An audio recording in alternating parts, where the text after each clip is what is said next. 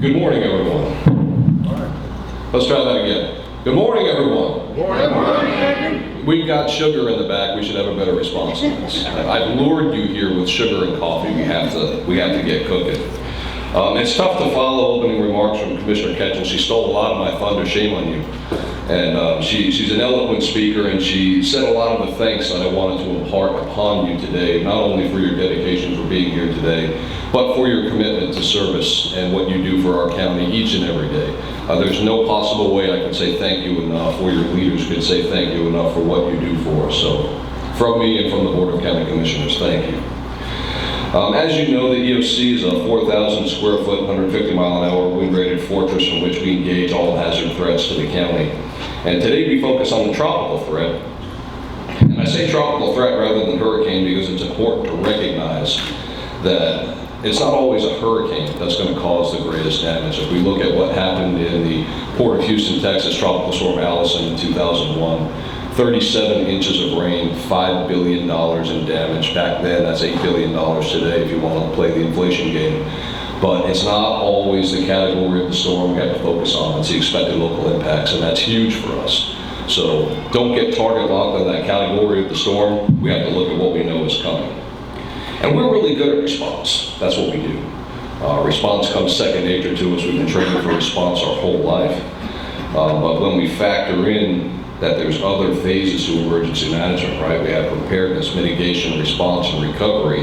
We realize that the response phase during a hurricane is kind of asymmetric warfare, right? We don't have two evenly matched opponents that are going to be point counterpoint. When it comes to a hurricane, we kind of have to duck and cover while it's doing its damage, and then we respond to it. We prepare very well. We do that incredibly well. But while we're taking the lumps, we're ducked and covered, and then we have to respond to it when it's done. So today we're going to focus on recovery, which is not what a whole lot of drills focus on.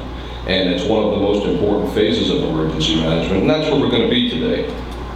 In understanding the recovery phase, we'll explore the framework for that process, which is a bit different in how the ESFs function during response. As you know from your NIMS and ICS training during the response phase, everybody has to kind of stay in their own lane so that we don't duplicate our efforts, so that we don't do the same work over and over and over again. But the way that recovery works, especially since about 2019, is FEMA has identified 7 core community lifelines. You'll hear the word lifelines throughout the day today, the lifeline model. And what that does is it groups ESFs together into these 7 core competencies that these arteries, if we can restore blood flow to these 7 arteries, it brings stabilization to the community. And it allows all of the other community functions to feed off of that stabilization, and we gain continuity of operations back, not only in the government, but within the community. And that's our goal, for not only for short term, but for long term, is to bring stabilization back to the community after a disaster. That's why we're all here.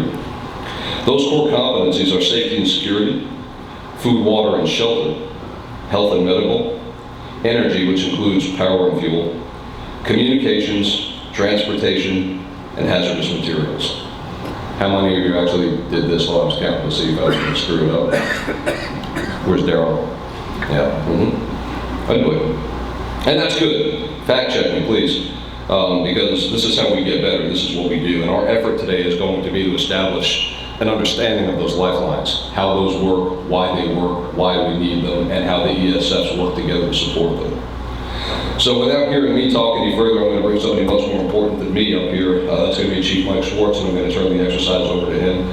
Thank you again for being here today and helping us get better. We appreciate your time.